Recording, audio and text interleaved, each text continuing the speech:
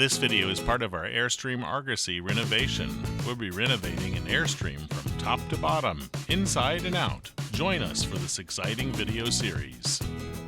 Hi, I'm Eric Grant with LISTt. Today we're going to show you how to make curtains, and these curtains are in an RV. We also installed a PVC valance at the top here to kind of hide the hardware. At the bottom and the top there is a curtain track, and we have snap-on carriers that the curtain is attached to. And in this video we're going to show you how to make it. In this first chapter, we'll be determining the size and cutting out our fabric panel. I'm using a square here, and I'm marking a line on here so that I can cut this edge so that it's straight. This is the edge that comes directly from Sailrite. You need to do that before we can get started. We're going to put the Sailrite tempered cutting glass for hot knife underneath the fabric, and we are going to use a hot knife to prevent it from unraveling. Why are we using a hot knife instead of scissors? Well, because we're not going to be doing a double hem. Usually a double hem is performed on curtains that are going to possibly be seen on the outside. This one's not. It's going to be right up against the wall of the RV. So we're going to do single hems, and we want this edge not to unravel. Now we want to cut off the selvage edge. It's not a finished edge, so I'm just using a straight edge up against it, and we're going to again use the hot knife for this. The overall width of our shade without fullness is 84 inches. I'm going to divide that by 2 because we're going to make 2 panels. That equals 42 inches, and then we're going to multiply it by a fullness factor, and then this is something that you can always choose yourself. I'm going to do 1.75, so it's a little bit on the full side, and that equals 73. So I'm just going to round up to 74. So I'm going to have 2 panels that are a width of 74 inches. My table is 72 inches, so I'm going to have this edge be up against the table, and then I'm going to go to the other edge. And then I'm just going to mark a line here. This is 72 inches. I need 74. So this would be 74 right here, adding 2 more inches onto it. Now we're going to create a single half-inch hem on this end and the opposite end, but I'm not going to worry about that because that's going to be basically taken up in my fullness factor. A half-inch on each end is not going to take up much fabric. Okay, I'm using a T-square yet again, and I'm going to mark at our cut line here, and I'm using a chalk utensil here. When you're using a fabric marking pencil, you want to test to make sure that the marks come off if you're not using them as cut lines. So always do that before you use it on the fabric of your choice. Our finished height is 28 inches, and we are going to have a 1.5 inch single hem at the top and the bottom. So I'm going to add 3 inches to that. So I need to measure for the cut height of 31 inches. Okay, 31 inches is here. We'll put a few marks at various locations and we'll strike a line.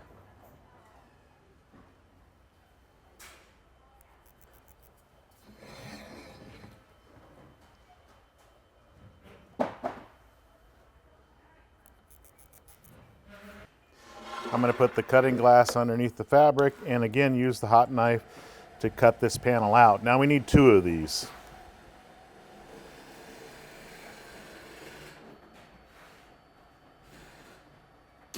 In this next chapter, we'll be creating and sewing the hems. This is the height going up vertically, and we're going to create a half-inch single hem, and I'm going to place a line with my chalk pencil 1 inch from the edge so that I can fold to that line.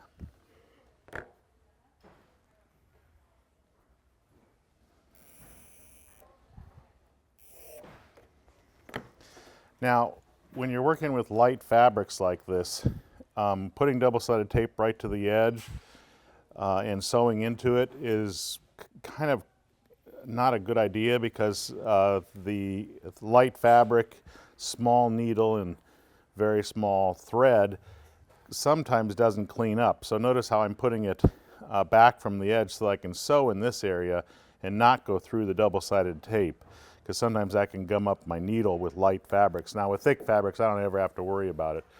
And you could also pin the fabric in place, but I love using seam stick for canvas and upholstery applications, 1/4 inch. So I'm going to peel off the transfer paper. Now I'm going to fold to that line so that I'm directly on top of that line. And I like to start in the center and work out either to the left or to the right, and then finish the opposite side.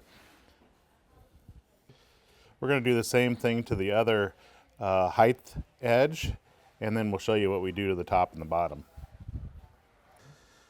On the top and bottom edges, we want to create a 1.5 inch single hem. So I'm going to measure over 3 inches and fold to that line, which will result in a 1.5 inch single hem.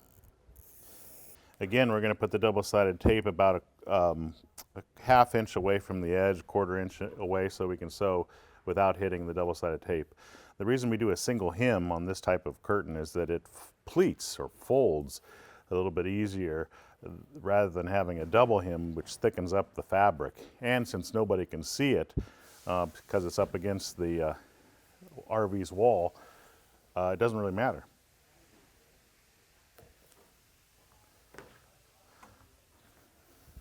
Okay, so now we'll peel off the transfer paper.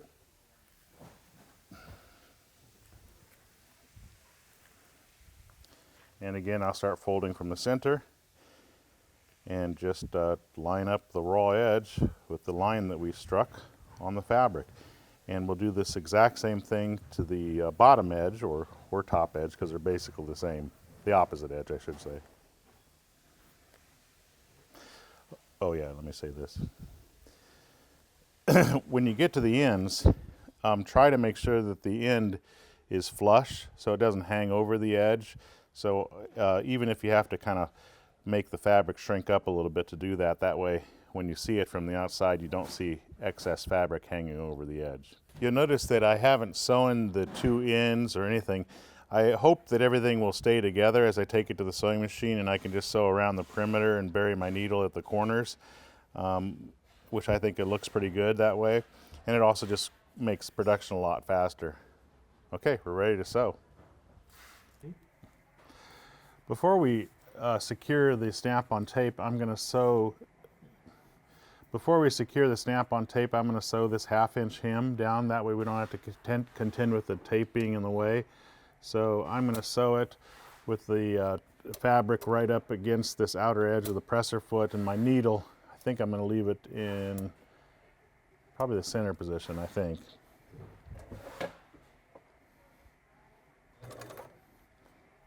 A little bit of reversing at the beginning and the end. Yeah, that position looks good.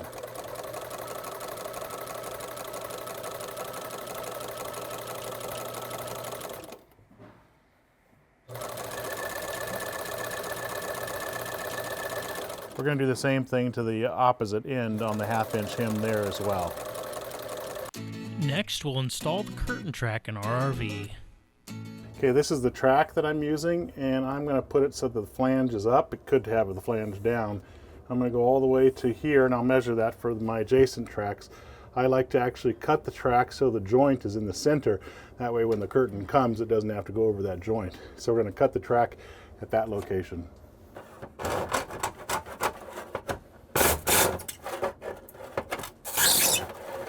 So you can put this track anywhere you want. I'm going to put it right about here and make sure it's in the center position here. And then I'm going to drill a pilot hole through the top flange.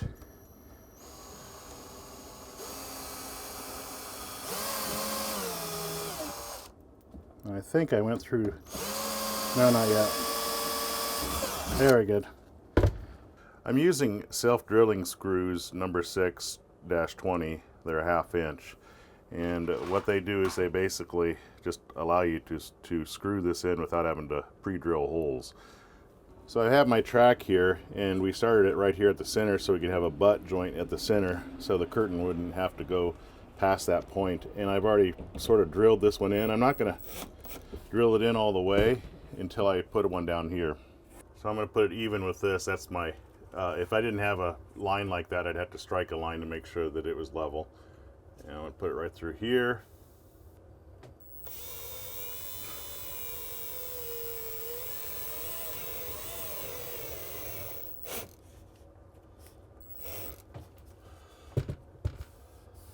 This wall is curved a little bit, as you can see, but if you just press on the track, see how it takes that curve, because this is kind of flexible since it's a vinyl. So I'm going to put a screw where it wants to bulge out.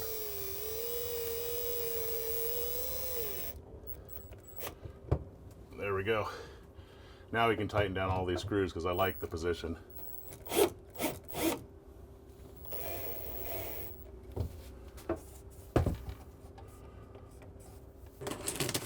I've cut this track the same length as the one up at the top here, and we're going to start at the center position. That way we know that it's in the right spot. And I'm going to put it so the flange is down. It doesn't really matter, but that's how I'm going to do it. I'm going to pre-drill a hole here, mainly just because I want to make sure that I get this in the right spot. And then I'm going to insert my screw. So right about there. Let's position the track right there.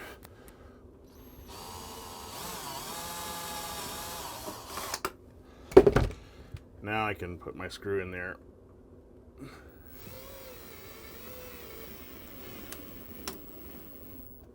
There we go. Now I like to put screws about every foot or so. Here I probably put them a little bit further apart. And there at that end, you can see that to match the contour, I had to put 2 screws in fairly close. It doesn't really matter, just put it up there so that it's secure. Now I'm going to measure from up here, from basically the top of the track here, and take my tape measure all the way down and take a measurement. So you can see I'm getting 26 3/8. So that's what the spacing that I need for my my carriers. In this chapter, we'll be sewing on the snap-on tape. Okay, we know that the track is 26 3/8 inch apart from each other. So we want to center that on here and mark that position so that we are assured that we can get the sliders in the track. So 3/8 is here.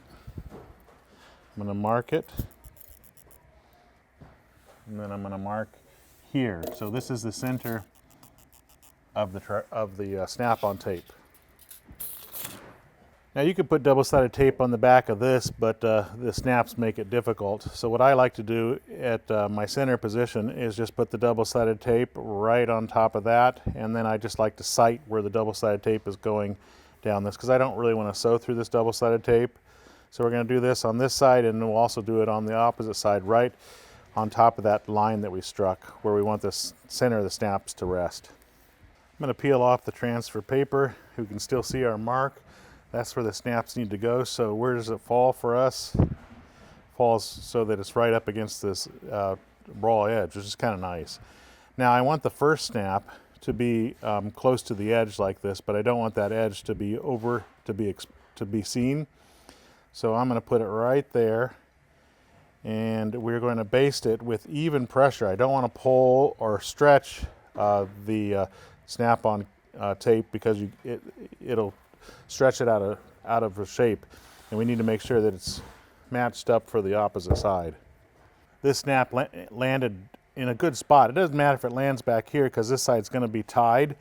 So what I'm going to do is I'm going to peel it back, and I'm going to cut it right at that end with the hot knife to keep it from unraveling.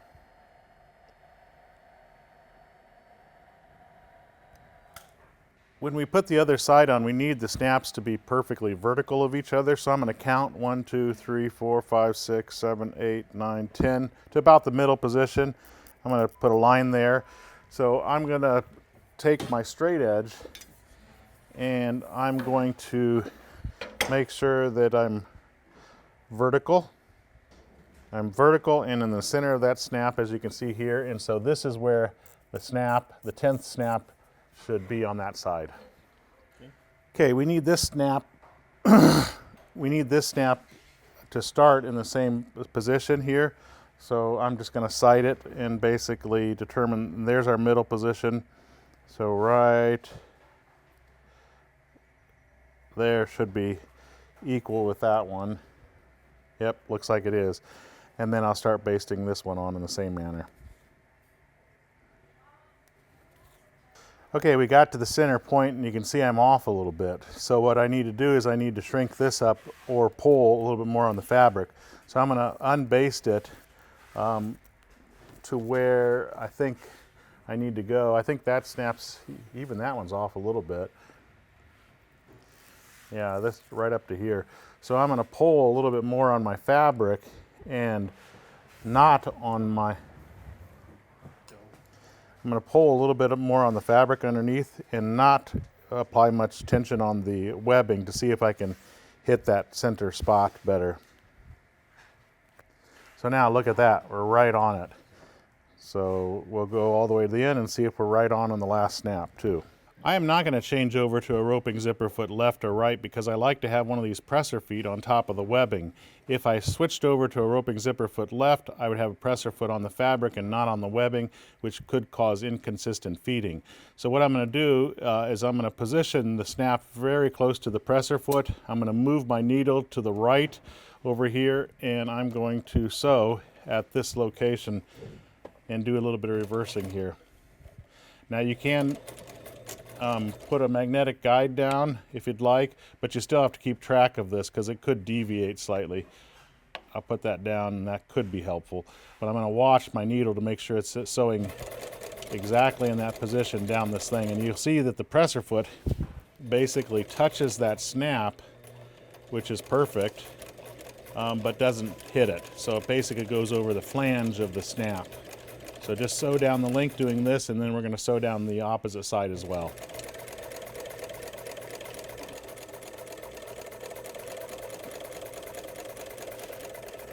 When we reach the end, we'll do some reversing. There we go.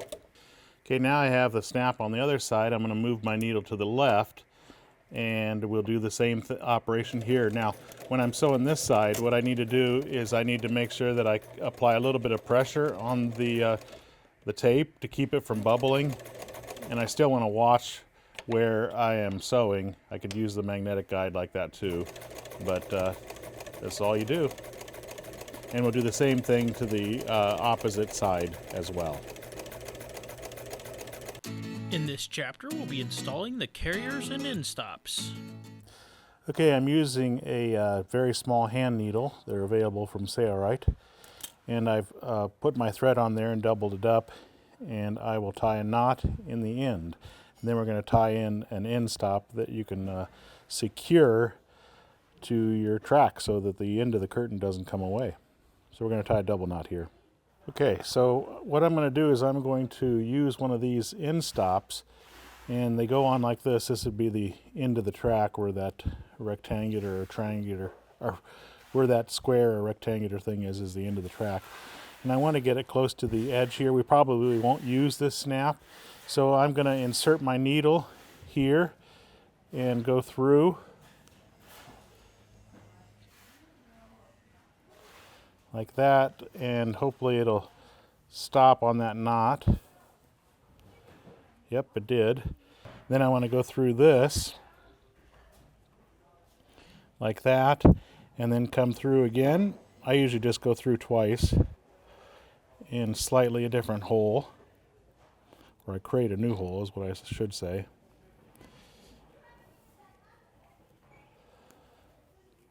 I'm going to use a thimble here because it's getting a little bit hard to push.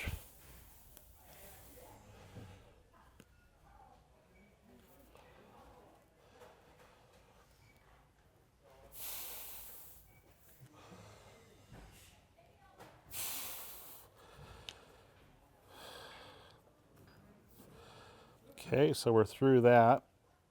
And then we'll draw this taut.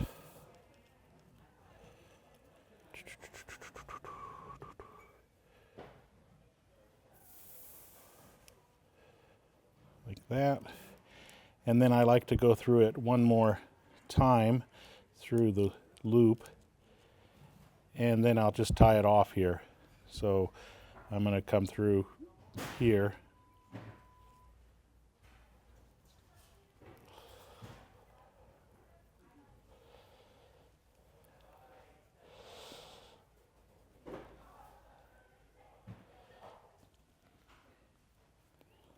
One more time. through.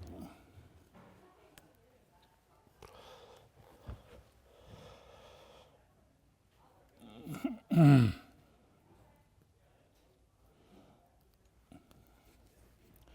then through that. And that should secure it well, and we'll cut off the remaining. Now it's okay that it flips around like this. It just needs to be secure enough to hold the curtain at the end of the track, which it should be. We're going to do that here, and obviously over here on the one end of the curtain of each panel. So basically 4. We skipped putting a snap on this end because we have this so close, but here this doesn't have one. So now we want to just snap on these snap-on carriers onto each one of the snaps.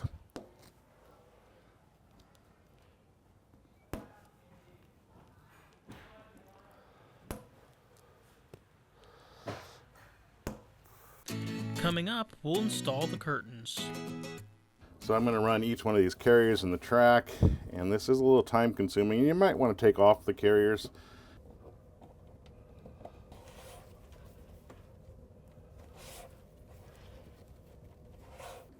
Okay, we fed 5 or 6 at the top and then 5 or 6 at the bottom. If you go beyond that, it'll be nearly impossible to get more on. So just keep doing 5 or 6 on one side and then 5 or 6 on the other. Because the track takes a curve, I can't get the end stop in. So I'm going to release this screw, which will allow the track to become straight again. And then I can push it in there and then retighten that screw. Okay, it is very stubborn to get that on, but I did do it. So now we have to come back to this screw at the end and re-secure it through that hole.